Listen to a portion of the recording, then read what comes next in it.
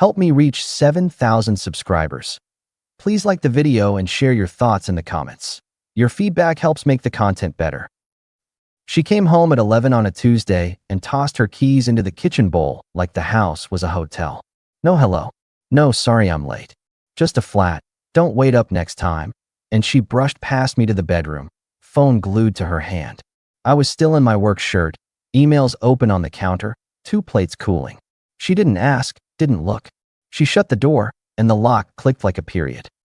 I followed, leaned on the doorframe. Kara, can we talk 2 minutes? About what? No question mark. She kicked off her boots without looking up. About the schedule. About you coming in later than me 3 nights in a row. About us. I had errands. You work late. It's fine. It isn't fine for me. She sighed at the ceiling. You're making a thing that isn't a thing. If it wasn't a thing, you wouldn't lock the door. She slid the lock back with an eye roll and moved past me to the bathroom. I'm exhausted, Mark. Don't start. I kept my voice steady. I'm not starting. I'm asking. Where were you? Out. With friends. Do I need a hall pass now? No. You need a partner. Those are different. The faucet ran. She didn't answer. I watched water pool in her hands and felt something simple shift inside me, like a switch from patience to accounting. I turned off the stove, put the plates in the fridge, and took my laptop to the den. If I'd known where it was headed, I would have tossed those plates straight into the trash and spared myself the next round. The next morning I made coffee early, set it by her bag. She walked past it like it was a brochure. In the kitchen she scrolled with both thumbs, face blank. Kara, we need an hour this week, I told her. Pick the night. I'll make it easy. For what? A status meeting. Her tone was light in that sharp way she used when she wanted me to feel stupid. I've got a lot on my plate. You're not the only one with a plate. Pick a night. She smirked at the screen. You're being clingy. I laughed once. Right? I'm clingy because I prefer to recognize my wife. She slid her phone into her tote. I'm not doing this now. You never do this now. She reached for the door. I stepped aside and let her go. Then I sat with my coffee and put together a working theory. She wanted something I wasn't giving, or she'd found whatever it was somewhere else. Either way, my move wasn't to beg. My move was to treat it like any other system that stopped performing. Check inputs, change rules, cut losses if needed. It's not romance, but it's how you keep your head. That day at the shop, I told Mia, my operations manager, that I was shifting my hours. No more closing past 9 unless a client had a meltdown and threw money at it. I'd front-load mornings, train the new tech, and be home at a normal time. She raised an eyebrow. Everything okay? Mia asked. She's blunt in a way that never comes off rude. How's stuff? I'm simplifying. Say the word if you want me to run interference evenings, she said. I can handle the squeakers. Handle away. At 5 I was home with groceries. Because a house that smells like food feels like a house you want to come back to. Kara walked in at 7, hair perfect, a scent like citrus and new paper. No kiss. She dropped her tote on a chair I built with my hands, slid past me to the living room, and turned on a show. I made dinner, I told her. I ate. With who? She muted the TV. Don't interrogate me. Conversation isn't interrogation, I said. But if you won't answer clean questions, I'll adjust. I'm separating the bank account for household expenses. Rent, utilities, groceries, half. I'll send the numbers. Her head snapped a little. Excuse me. You heard me. I'm not underwriting disrespect. If you want a roommate arrangement, you get the roommate rules. She laughed, short and mean. You're serious. As a mortgage. Wow. Okay, landlord. She raised her hands. Fine. Send me your precious spreadsheet. Happy now. I'm not chasing happiness. I'm enforcing respect. She stared at me like she wanted to fight, then flicked her eyes back to the TV. You do what you need to do.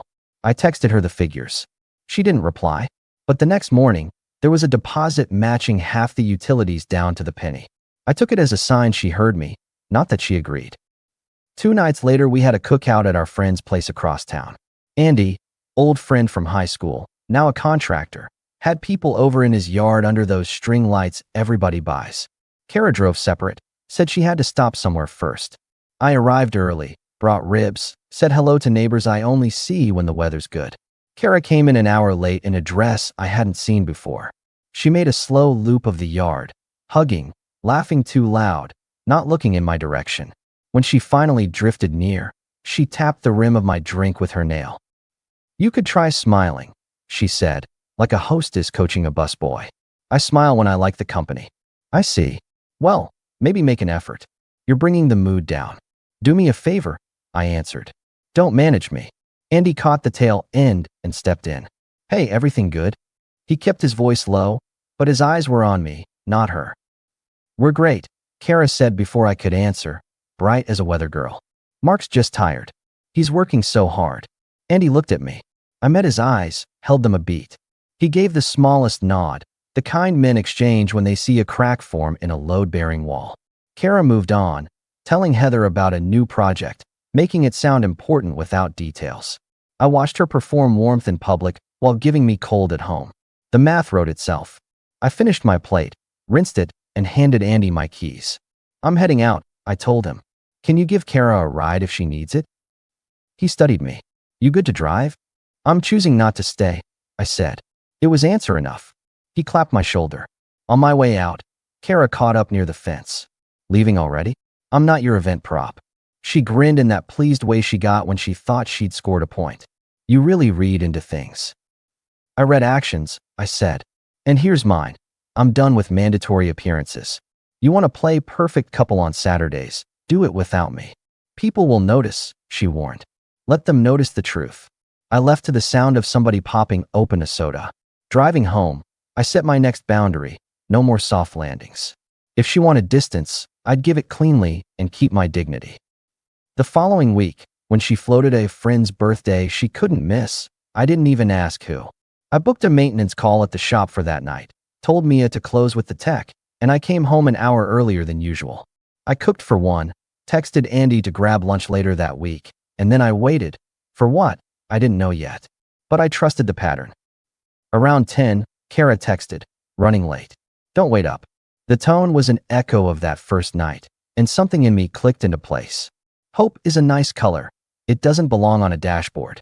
So I made a decision that wasn't about punishment. It was about data. I put on a jacket, took the old truck, not the newer one she'd expect, and parked 3 blocks down. Then I watched our street. 5 minutes later, a car rolled up slow and killed its headlights. Kara got out, alone, and hurried inside. No big revelation. Until 20 minutes after that, when the same car came back and kept going to the next block. I counted 30 seconds. It eased around again and parked farther down. A man stepped out, baseball cap, neutral jacket, like he was trying to look like no one. He paused, checked his phone, then walked to my house. He didn't knock. He went straight for the side gate. I made peace with something on that curb. I didn't rush. I didn't run. I started the truck and pulled away without my lights, the way I used to leave early for fishing when the lake was still black and empty. I looped around, kept distance, and followed when the car left again 40 minutes later. It took me west, past the mall, past the freeway entrance, to a budget motel that glowed blue like a cheap aquarium. The man pulled in. A minute later, Kara's sedan slid into the lot. I parked across the street by a closed diner. I took photos. I watched them walk under that blue light and disappear behind a door like they'd done it a dozen times. The air smelled like damp carpet even from the sidewalk. No poetry in it. Just a simple, blunt thing. She had chosen her thrill-seeking and her comfort in the same breath. She wanted the ride, and she wanted my roof. I didn't knock. I didn't stage a scene. I drove home, slept on the couch because I preferred the honesty of it, and in the morning I called a lawyer and asked him to draft what needed drafting. Then I resized keys on my ring, moved my tools to the shop, and took my wedding ring off and dropped it into a drawer like a washer that no longer fits the bolt. At lunch I met Andy. We sat on the tailgate behind my shop and ate subs. He studied the set of my jaw and rolled the paper back from his sandwich. "You look like a man who made up his mind," he said. I followed a line and found the answer. "You want me to say anything?" "Just this. I'm not looking for a fight. I'm looking to end it clean." He nodded. "You need a spare room for a while? You got mine." "I'll be near the house," I told him. "Not inside it." That night, I came home early. The house had that staged smell again, candles covering something. Kara was in the kitchen in gym clothes she didn't sweat in, chopping cucumbers with energy that belonged on a commercial. "How was your day?" she asked, sweet, casual. like last week hadn't happened. Productive. She slid a bowl toward me. I'm making your favorite. I thought we could eat together. 2 nights ago you told me not to wait up. Her smile faltered, then recovered. I've been stressed. Work's been intense. Then you should sleep, I told her. I'm heading out of town for a week. She blinked. Since when? For what? Vendor visits. I'll email the itinerary. You didn't ask me. I'm not asking. I'm informing. I folded my napkin. Household stuff's on autopay. We're square. She watched me, calculating. So you're just leaving. For a week. Okay, she said, too bright. Maybe space will help. Maybe. I packed light, took the truck, and drove 10 minutes to a furnished apartment near the river that rents by the week to traveling nurses. I signed the paperwork, moved in, and took a photo of the keys on the table. The place had clean lines and a window that faced a slice of water. It wasn't home. It was an off-ramp. The first 2 nights, I slept like a man who finally put down a box he'd been carrying too far. On the 3rd night, near 11, my phone lit up with a text from Kara. He doesn't suspect a thing. He's off on his trip, and I have full freedom. I stared at the sentence, felt that quiet, surgical kind of shock you only get when someone confirms exactly what you already know. Before I could screenshot it, the bubble blinked, message deleted. I typed back, I don't suspect you brought him to my house last night. 30 seconds. My phone rang. I let it buzz almost to the end before thumbing it on. What are you talking about? She came in hot, indignant, like a debutante swatting a fly. What is that supposed to mean? You'll find out soon. Mark, no. You don't get to hang a cryptic line and hang up. Explain yourself. Soon. I clicked off. Then came more. Pings stacked. Why are you being weird? Call me now. This is manipulative. If you have a problem, say it to my face. I didn't answer. I put my phone face down, set an alarm for 6, and slept like a man who has everything he needs to do the next thing. The next day I got what I was waiting for. A crisp PDF from my lawyer. No drama, no speeches. Just pages with my name on them and boxes where signatures go. I printed them at the shop, slid them into a plain folder, and drove to the house right after sunset. Kara was on the couch in a soft sweater she used when she wanted to read as homey. The TV was low, candles lit, like she'd staged a magazine spread. As soon as she saw me, she sprang up, arms open. There you are, she said. Too warm, too fast. You didn't even tell me what city you're in. I'm right here. She hugged me. I didn't hug back. She stepped back like she'd run into a glass door. What's this? She reached for the folder. Dinner first, she offered quickly. I made roasted chicken. You love it. Sit, I'll fix you a plate. No. I opened the folder and laid the pages on the coffee table, next to a candle that smelled like something called Harbor Breeze.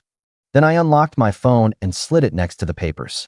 On the screen, side by side, were 2 photos, her with the man under the motel light, the man at my side gate. Later, his face turned halfway to the camera. After I took those, I'd taken more, him in my kitchen in the dark, his jacket slung over my chair. The timestamp handled the rest. Kara went still in stages. First the mouth, then the shoulders, then the eyes. It was like watching a mask harden. There it is, I said. Finally you. She stood there without blinking. Then she laughed once, but it didn't land. Those aren't what you think. Save the air. You have 2 hours to pack. You're not living here. You can't. I can and I am. This is my house. I'm not sharing it with someone who treats it like a motel annex. Keys on the counter when you leave. Her face dropped the act. You're overreacting. I'm reacting exactly enough, I said. You wanted excitement without losing the perks.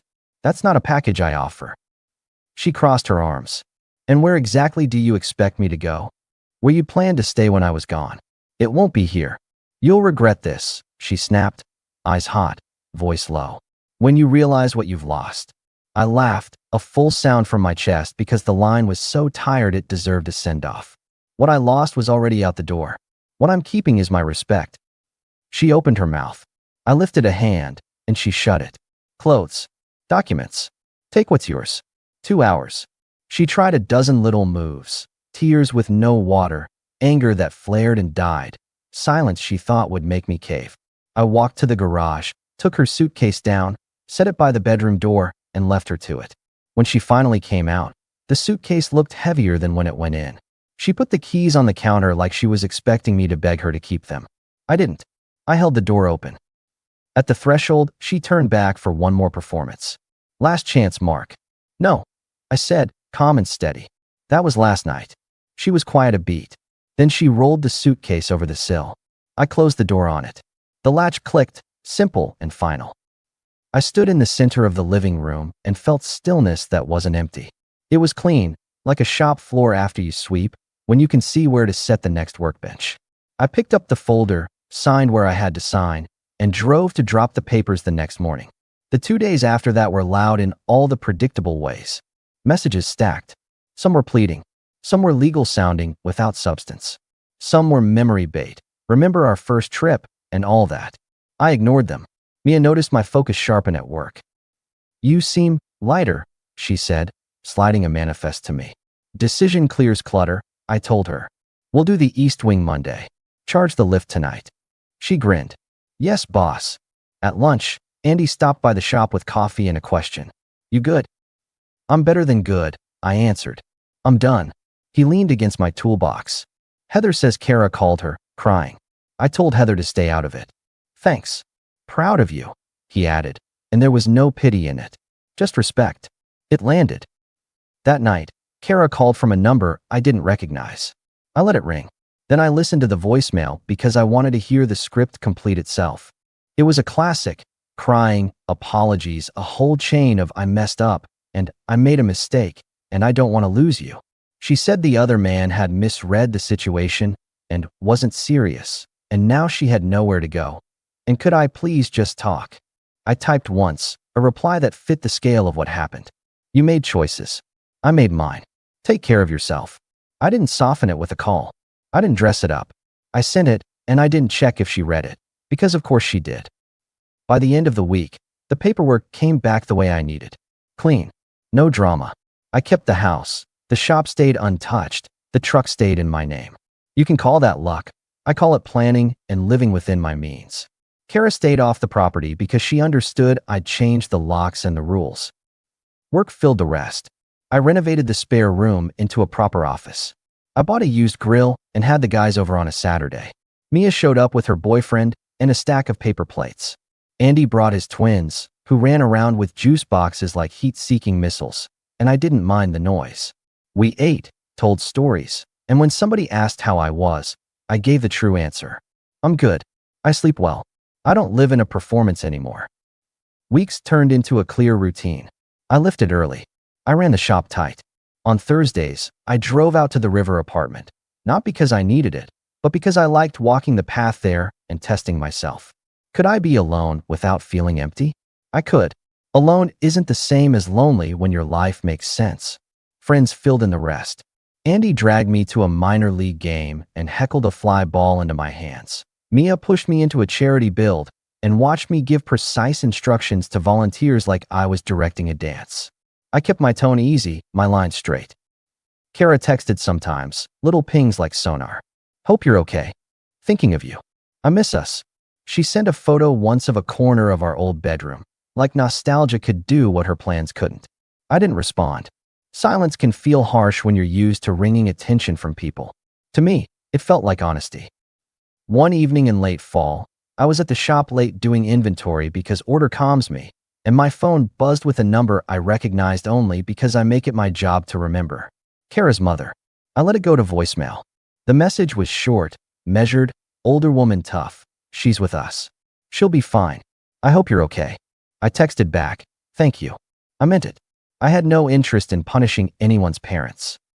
A month later, a friend of a friend mentioned that Kara had taken a job at a boutique outside town. Minimum hours, unpredictable schedule. She was commuting from her parents' place, burning gas on a car that needed work. That's not triumph. That's cause and effect. I didn't smile at the news. I didn't frown. I filed it under not my problems and moved on. First snow, I fixed a pot of chili and took a photo of the shop because the roofline looked clean. I sent it to Andy with a smart remark about his crooked ladder, and he replied with a photo of his twins building a lopsided snowman that had more personality than balance. Get over here, he wrote. We need an adult to fix this disaster. I drove over with a shovel and zero interest in moping. We straightened the snowman like we were truing a door. The girls cheered like I'd solved a real problem. Part of being a man is solving the small problems because you can. Eventually, I met someone. Not because I went looking. Because I was in line at the hardware store holding paint samples, and the woman in front of me, dark hair, tired eyes that looked like they'd seen more than Instagram, dropped a box of screws. I bent down, picked them up, and made a dry joke about gravity doing all the wrong work. She smirked exactly the way a grown woman smirks when your line isn't a line. Her name was Lila. We grabbed coffee 2 days later in the shop office, not a Camelot setup, and we talked about actual things, budgets, schedules, how to sleep when your brain won't shut off, what respect looks like in practice and not on a poster. After that, life didn't turn into a montage. It turned into what I wanted in the first place, steady. I kept the bills paid. I kept my circles small and solid. I learned to cook 2 new dishes because you should be able to feed yourself without relying on takeout. I swept my own floor, literally and otherwise. I made calls to clients on time. I answered texts when it made sense, not when someone demanded it. Every once in a while, Kara would break the silence with a longer message, a new tactic. One day it was nostalgia. Another day it was anger. Then it turned into updates about her doing better and working on herself, and how we owed it to what we had to talk. I read the words like you read instructions for a tool you don't own anymore. I didn't reply. The last time she wrote, it was simple. I miss my home. I looked around at my house. Not the museum she tried to staff with candles and staging. A house with boots by the door after a long day, tools laid out on the dining table because I was fixing a hinge, friends' laughter still in the cushions from last Sunday, music low from a playlist with no sad songs. My home. I typed a final line, not cruel, just clear. You moved out. I'm living. When I hit send, I didn't feel high or vengeful. I felt like a man who put his own name back on his life. People love an ending with fireworks. Mine was quieter. My line in the sand wasn't loud. It was consistent. I give you my last move because it says everything. I walked into that house the night she packed her suitcase and I told her the truth with my back straight. You're done living in my house. Then I closed the door and did exactly what I said I'd do. No speeches, no campaign for sympathy, no second acts for the same character. If you want the epilogue, it's this. Paperwork finalized, clean. House and truck stayed with me. The shop kept growing. Mia took on more, and now we're lined up for a big contract next spring. I moved the River apartment furniture into my spare room and turned it into a place where friends crash after games. Lila and I go slow and adult. She respects my time. I respect hers. We laugh without keeping score. My phone rings, and it's people who want good things for me, not people who want to control my mood. Kara works small hours at that boutique. She moved back in with her parents for a while. She tried a new place in town, then moved back again when money didn't stretch. Every few weeks, she drops a text about missing me. I don't block her because I don't need a wall to keep out a storm that already passed. I just don't answer. Her last words to me in that doorway were a threat disguised as a promise. You'll regret this. She was wrong. The only regret I carry is that I ignored the first sign on that Tuesday night when the key hit the bowl and the door locked. Next time, and there won't be a next time like that, I'll enforce the rules the first time someone shrugs off the word we. I used to think love meant cross-checking your own needs into the boards. Turns out love without respect is just noise. Respect is rules. And rules only work when you're willing to walk away from anyone who breaks them in your own house. So here's my last line, and it's not poetry. It's the kind of thing you say with a steady voice, so everyone hears it once. I don't live with people who treat me like a placeholder.